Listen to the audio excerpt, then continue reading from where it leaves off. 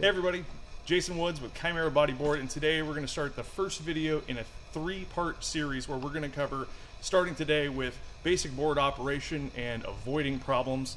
Our second series is going to be about troubleshooting and identifying issues when they do happen, and the third part will be going into in-depth with tutorials on specific issues and how to resolve them step by step, every single different component on the board. But want to get it started today with some of the things that we've seen over the last year and how to avoid a lot of problems before they happen. So today we're going to talk about the two main causes of issues. The first is water ingress. There's certain areas like the E-box where we want to keep it dry, and over time that can cause problems if water gets forced in. And the second is particulate contamination. So that's when sand, rocks, debris, twigs end up in places they shouldn't. We're going to talk about some of the ways that that happens and some of the ways to prevent that. So over the course of the last year, the number one source of problems we've run into is the simplest of problems. It's as simple as an operator taking a battery, setting it in the sand, getting it coated in dirt, and then installing it into the board. So what happens is that all of that contamination on the battery then ends up inside the board, and during operation it all shakes loose, it ends up in the bottom of the board, and then it all ends up at the back where it blocks up the drain valve. Now obviously, Kymera is designed to manage water, so it has an auto check valve drain system. A lot of people ask, why didn't we just use a solid drain plug? Because if we used a solid drain plug, inevitably someone would forget it and then the boat would sink. So in our case, we use an auto check valve system, which requires a little bit of maintenance, but it makes it to where you don't have to think about putting that plug back in. So the simple solution to this problem is just as easy as using the transport case that we provide with every battery. And when you set up for a rental operation, making sure that this is used as a clean space at all times to transport the battery. So when you set up on the beach, we like to use a couple of stands to elevate the board up out of the dirt to prevent it from blowing in or getting dropped into the hull.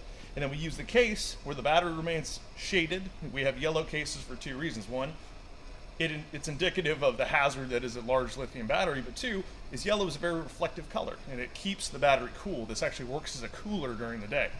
So we're keeping it in the shade, we're keeping it protected, and we're also keeping it clean. So if we have this set up on the beach, we pull our battery straight out of a clean environment, close our case, battery goes straight in, keeps the inside of the board clean, keeps all the dirt out of the drain valve, and it keeps water from building up inside the hull. So the second problem is once that water builds up inside the hull, at some point it's going to build up to the point where your E-box becomes submerged. Now the E-box is rated for IP65, which means it's rated for momentary submersion. If it gets momentarily submerged, not a problem. Washed down, not a problem. But it's not intended to go scuba diving. It's not meant to be prolongedly submerged underwater, because eventually you will force some amount of water into the box. Same is true for the motor. It can get wet, but it's no problem. Wash it down, rinse it down, not a problem. But if it's prolonged submerged, small amounts of salt water end up inside the bearings, and that has to be purged out.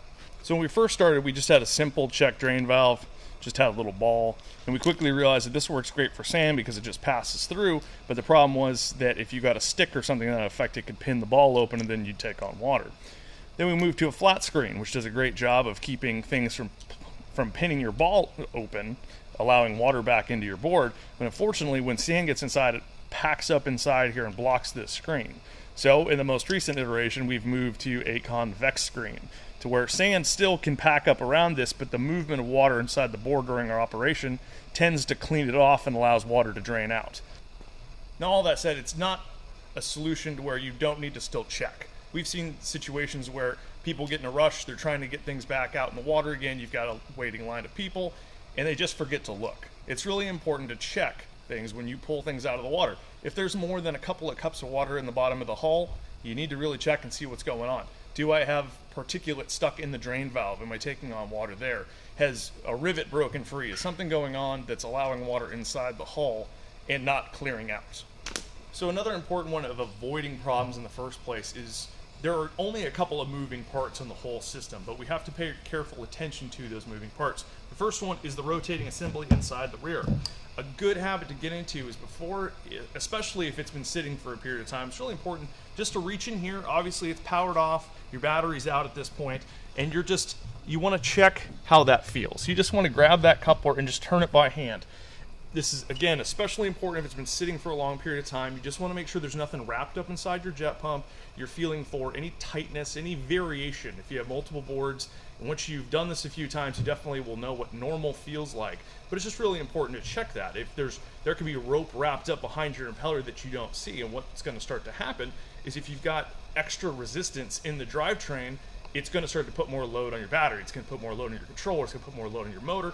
And if you do it long enough, it potentially could cause problems. It could cause motor failure, overheating, all sorts of different things. So it's just important before you take off, a quick 15-second check just to make sure that is free and working good, and you'll be in good shape. Now, a real simple one too is after you get done checking the drive line, just a quick look. We use a clear lid on the e-box for a reason. We want to be able to look in there and visually confirm that there's no moisture. You know, if you see a small amount of condensation, it's probably time to change the desiccants packs. There's small brown packs inside the electronics box that we use to capture and trap any moisture that might be present inside the air inside of the box. Make sure there's no condensation or standing water in the bottom of the box. If there is, in most cases, the e-box will still survive, but it's important to get the lid off, get all of the water out of there, and get it cleaned out thoroughly before you put the lid back on. Obviously, you want to do this in a clean place. You don't want to do this on the beach while there's water dripping and that kind of stuff. You want to find a nice, dry, clean place, open it up, get it dried out, and in most cases, it won't be a problem. If it is, again, in the next section, we'll cover diagnosing issues that can relate to that, but the vast majority of problems relate to water buildup, which results in water inside your e-box, and then over time can cause corrosion and damage to the components inside. So to recap, in one way or another, when particulate gets inside the board, it ends up plugging up the drain valve, which as a result ends up building up water inside the board to an unsafe level, at which point water can get forced inside your e-box. So the second most important thing to keep an eye on is the throttle. It's one of two real moving components on the board, and it requires a certain amount of attention. With the throttle, we've seen issues related to everything from cables getting yanked to, in some of the earlier boards, it was loose enough to where they could get caught on handles or under batteries and that sort of thing. We've restrained everything back and tucked it away now so that it's out of the way, but there's still opportunity for this to get yanked on and damage the insulation. There's opportunity for the handle to get physically distressed or impacted.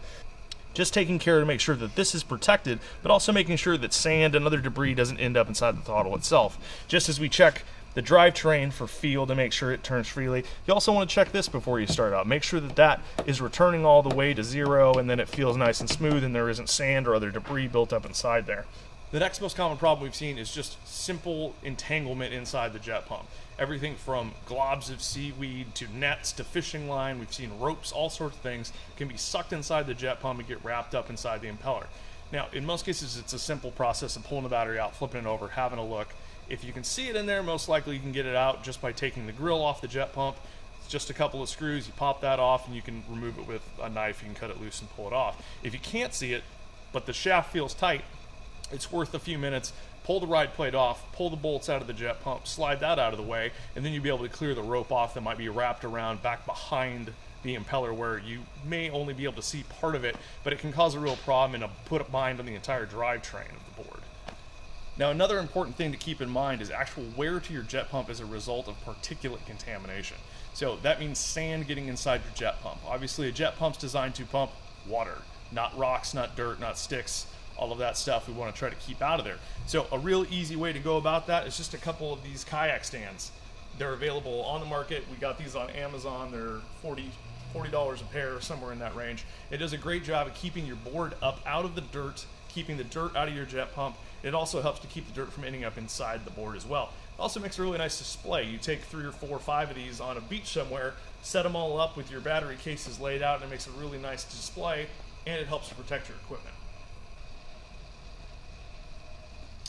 So for our next video, we're going to be covering lubrication and drivetrain maintenance. So you want to make sure, if you don't have it yet, this is called the LockNLube XL. This is an adapter that you need to properly grease the board. And we're going to be going over interval and how to actually re-grease the system, when to do it, all of that in detail. But if you don't have this connector yet, you need to get that. We'll put the link at the bottom, make sure that's available for you, but you will need this to be able to properly lubricate the board without damaging it in the process. But thank you very much. There's more to come, but we'll talk to you soon.